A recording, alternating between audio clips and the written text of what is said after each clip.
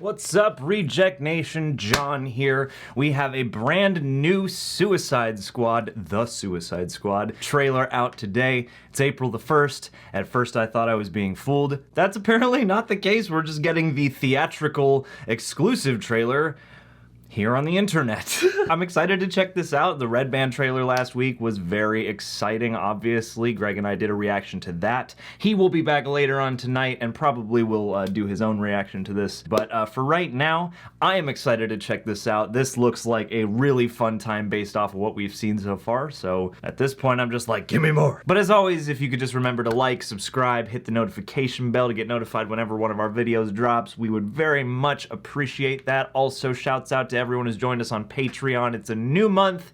Best time to pledge if you're interested in supporting the channel. Yeah, let's hop into this.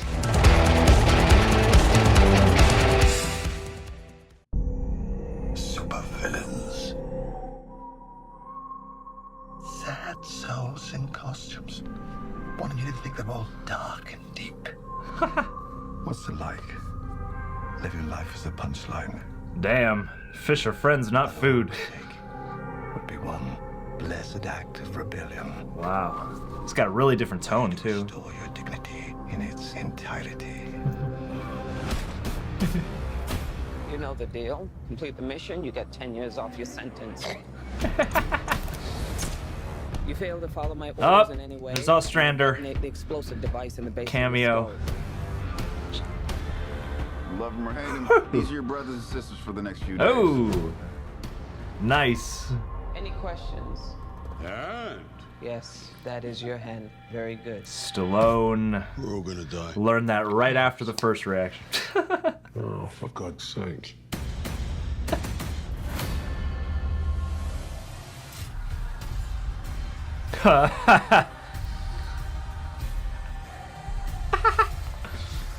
Ugh. Ah!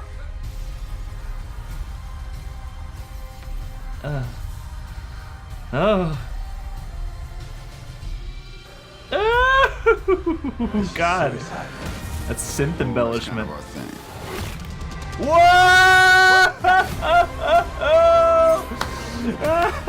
Bloodbath starts. The Detachable Kid. Call you Peacemaker. I cherish peace with all my heart. I don't care how many men, women, and children I need to kill to get it. I thought you were the crazy one.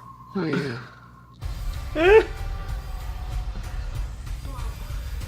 Whoa.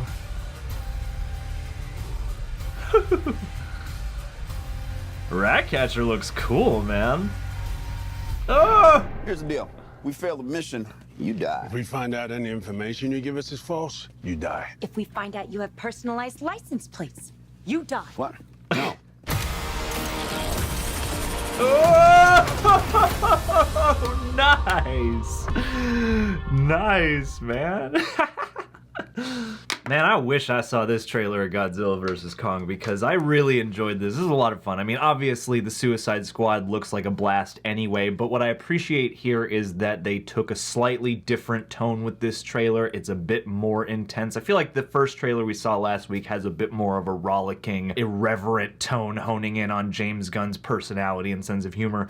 And this certainly has that. I mean, there are a lot of familiar shots from that other trailer, but what I really appreciated about this was just the way they, led with the tone and the imagery, and they really established an atmosphere. And part of what I'm most excited to see with this movie is just how the atmosphere and tone all comes together, because from what James Gunn has said, he wants each character to kind of exist in their own genre and kind of bring their own film style along with them. So that's something I'm excited to see just for the movie. But this trailer, had a more unified tone in the sense that it seemed like it wanted to hone in on, the heavier sides, not in terms of like emotional depth or whatever, but the more badass and gritty side of what they're doing, because the Suicide Squad is an edgy group and they are going up against these hopeless scenarios. And to that end, actually, I really enjoyed the narration that starts off this trailer. It kind of sounds like Peter Capaldi's The Thinker, at least to me, but mocking the dark and gritty persona that a lot of these characters want to put on, and then hinting at the redemption that probably truly drives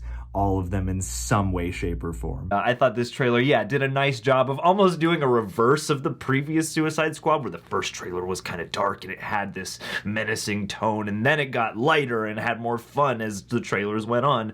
This seems like, okay, we're seeing another side of the movie's aesthetic. Obviously, you get new shots of most of the team, but, the ones that stood out to me the most were especially like Ratcatcher. I thought her shots were really cool, especially in the alleyway with all the rats coming up around her. I like the little sketches on her cell wall. Of course, you got John Cena's Peacemaker, shirtless, looking sexy, and also I like that if anybody I feel like got honed in on a bit more in this trailer, who was featured heavily in the last one, it's him, because, I mean, here he basically gets his character log line in that moment between him and Ratcatcher, where she says, like, I thought you're supposed to be the peacemaker, and he says, what is it? I cherish peace with all my heart. I don't care how many men, women, and children I need to kill to get it. Like, that just cracked me up, and it's making me all the more excited to see what level. Like, I have a feeling that James Gunn and John Cena both are gonna want to just infuse that character with the utmost irony. Even getting to see him with Rick Flag and Idris Elba, Bloodsport looking badass together just as a trio, like in their casual Friday clothes, like that was badass. You get more King Shark here. It's a little Finding Nemo moment, a couple other things, pretty similar to the previous trailer. It must be acknowledged, though, that Sylvester Stallone, we caught that news after that video had already been edited, but I'm excited to see what he brings to this movie, because it's just a voice role for him. A lot of people have been clowning on it, saying, like, this is the most intelligible he's ever sounded. But I am excited to see what he brings to a film of this variety in that capacity, where he's just doing a voiceover for a CG character. Steve Agee did the motion capture, and then he gets rewarded with his own little bit part. You get a little moment in here of Mongal as well as Alice Braga. I don't remember them being as much in the last trailer, so it was nice to at least get some hero shots here, especially Alice Braga looking intense. And whatever that dance sequence was kind of reminded me of the previous, the Suicide Squad film, where they have, it's like the best scene in the movie, where they have that one actual scene in the bar, but that's deserted and that's towards the end, whereas this looks almost like it's like a right before Act 2 kind of scene, where it's like, here's the last hurrah before we go on this, impossible task. But, and speaking of task, you got the Task Force X plane with the ensemble getting on, and that's a thing about this trailer across the board in this movie. I feel like the previous Suicide Squad, not to keep harping on that, but, it's supposed to be an ensemble of colorful characters, and it more felt like just a bunch of colorful characters next to each other, whereas throughout this trailer, it really does feel like the ensemble is going to be just synthesized into the tone and into the experience of the movie. You get some Detachable Kid finally in this trailer, confirming basically his place as the, newly rendered version of Arm Fall Off Boy. That probably was my favorite surprise of this trailer. Obviously gonna be some kind of meme. I feel like the Suicide Squad, it's been said of the comics, and you can just kind of tell by what it is, that, certain villains who seem especially silly will probably get some badass moments, and certain heroes who seem like they should be especially badass will probably get some subversive womp womp moments. Yeah, that was an instance where I'm like, I don't know, man, like, as silly as this guy is, maybe his appearance will be pretty badass. Speaking of badass, Bloodsport, the gun at the end, I thought that was really awesome looking. Everybody really seems, like, even down to Harley and characters like that, like they suit the scope and scale of the mission at hand. And I don't even know that much about the mission at hand. It's clear that there's going to be like a kaiju, but there's also going to be militias and stuff. Like, it seems much better conceived as of the team overall. You get a couple more shots of Weasel, everyone looking weird at Weasel. You get Boomerang with an actual moment of badassery, which is just, good for Jai Courtney. Good. Anytime Jai Courtney can get a win, I'm here for it. Polka Dot Man is someone I'm really excited to see in this movie. I think David Dastmalchian is a very fun character actor who's been holding it down for so many years, and I think now people are finally going to start learning his name. I was trying to slow the shot down where he's throwing the actual polka dots. It seems like we got a little bit more of that here. The character, as it's been pitched to me, is supposed to have sort of different powers with each different color, right? So I was curious as to whether we were only seeing instances of the ones that explode or if they're all just going to be bombs. But either way, I like the look of that character, the even little comedic beats that he got in this trailer I thought were really fun. And Starro, I like the approach they're taking because, you know, there's like a little image in the last trailer you can see over Steve Agee's shoulder where you can tell it's a starfish. But even so, I like that here they added a couple new shots and it's basically like the foot to like one very small specific but also, you know, giant due to the scale piece.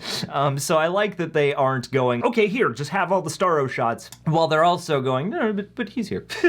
But that's not the point, and it doesn't feel, again, like a movie blowing its load too soon or showing you Doomsday and the key to the, you know, salvation that they'll team up over or whatever, you know. It seems like all just part of this weird and ever exploding situation, so I'm here for it, man. This movie looks like a lot of fun, and especially with the tones of these two trailers combined, I'm really excited for the actual just overall film that James Gunn and company are going to deliver us, because again, it's communicating to me that they found a way to really bring you all the fun and pulp that you want while also giving you a movie that has some thought put into it and some flow and some actual stakes. As much fun and as crazy as all this stuff is and as fantastical as it is, it also does feel kind of like a 70s war movie and an 80s sort of exploitation film. So kudos for that. Leave me your thoughts down below. Is there anything I missed that I didn't pick up on? Holler at me, call me an idiot or a fake nerd or whatever, or enlighten me. That's how I like to look at it. But anyway, I've rambled enough. Appreciate you joining me. Remember to like and subscribe, hit that notification bell, and I'll see you for the next one. Cheers!